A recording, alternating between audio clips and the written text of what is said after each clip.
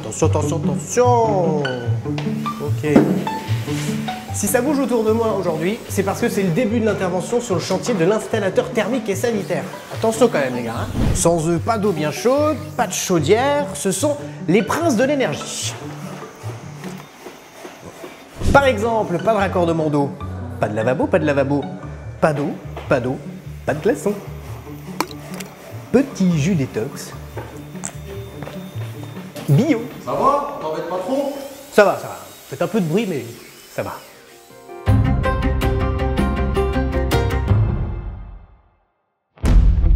Les métiers du bâtiment et du second œuvre, ce sont plus de 60 000 salariés en activité dans le Grand Est.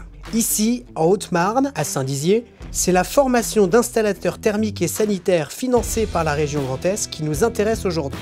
Un métier qui mêle la plomberie ou encore l'isolation tout en mettant l'accent sur les économies d'énergie et sur le bon entretien des habitats. Spécialiste du chaud et du froid, son quotidien est de veiller au bien-être des habitants ou futurs habitants, des petites comme des grandes constructions.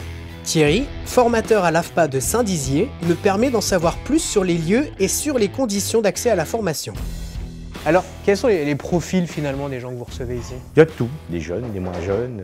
Il faut être motivé pour faire métier, il faut que ça plaise. C'est des passions avant tout en fait, il faut être un peu passionné, aimer son métier si on veut bien travailler après. Le meilleur profil qu'on puisse avoir, c'est le passionné du bricolage, hein, qui touche un peu à tout, qui fait aussi bien du plâtre, un petit peu de plomberie, et là c'est le profil idéal. Et le métier il évolue aussi j'imagine, il y a toujours des nouvelles techniques, vous avez justement la possibilité... On garde quand même les bases. Après oui, il y a des nouvelles énergies, le solaire, on parle des pompes à chaleur, voilà. Chaque stagiaire du coup va apprendre des situations qu'il retrouvera après sur les chantiers. Il y a quoi comme type d'intervention justement? Là ils sont en train d'installer tout un réseau sanitaire avec l'arrivée d'eau, un compteur d'eau, un évier, une douche à l'étage avec un WC et un simulacre de chauffe-eau. Et finalement, à la fin de la formation, ils sont aptes à aller travailler sur un chantier dans une entreprise. Ça peut être complémentaire. Après, on peut faire d'autres formations. Oui, on peut refaire une formation sur du froid. Et là, on va installer de la pompe à chaleur, de la climatisation. C'est pas le même niveau. Et il y a beaucoup de débouchés derrière. Et ça recrute encore beaucoup, justement. Ça recrute encore beaucoup. Sur la dernière session qui sont sorties au mois de mars, là, j'en ai 3 sûrs qui avaient du travail avant de partir d'ici. La suite se passe sur le terrain. Je retrouve Mathieu, un ancien stagiaire de la formation qui s'apprête à intervenir sur un chantier. De la petite installation chez un particulier au raccordement pour des bâtiments beaucoup plus grands, il est amené à travailler et à s'adapter sur tout type de chantier. C'est quoi ton métier, l'intitulé de ton métier? Le métier, c'est installateur thermique et sanitaire. Tu faisais quoi avant? Avant, j'étais opérateur sur commande numérique. D'accord. Alors c'est quoi ta journée type finalement dans ton boulot? Il faut déjà aller voir le chantier avant. Après, on fait la liste du matériel qu'on a nécessaire, aussi bien en tube, en raccord, en PVC, tout ça. On regarde l'implantation, parce que généralement, c'est un architecte qui nous demande.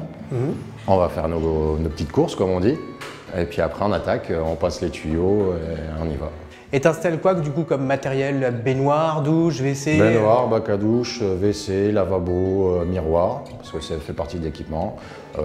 Cabine de douche complète, évier, chaudière, chauffe-bain pour certains logements. Puis après tout ce qui est radiateur, tout ça, on le fait avec. Et tu as décidé du jour au lendemain de changer de vie, de métier en tout cas? Voilà. Qu'est-ce qui t'a donné envie de changer? Envie d'apprendre, puis moi j'aimais bien bricoler, tout ça, donc pour moi c'était intéressant, donc je me suis lancé.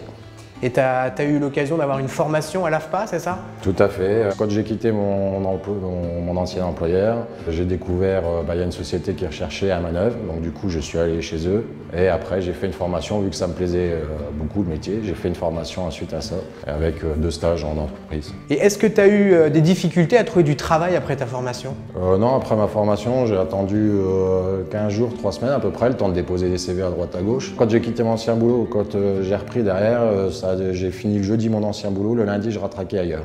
Ah oui, ouais. C'était parfait et depuis j'ai pas connu le chômage. Bon, au final je ne devais pas être si mauvais que ça. Mathieu m'a même laissé utiliser sa perceuse personnelle. Faites comme moi, formez-vous à un métier qui a du sens et qui recrute, lancez-vous. Plus d'informations sur www.formation.grandest.fr.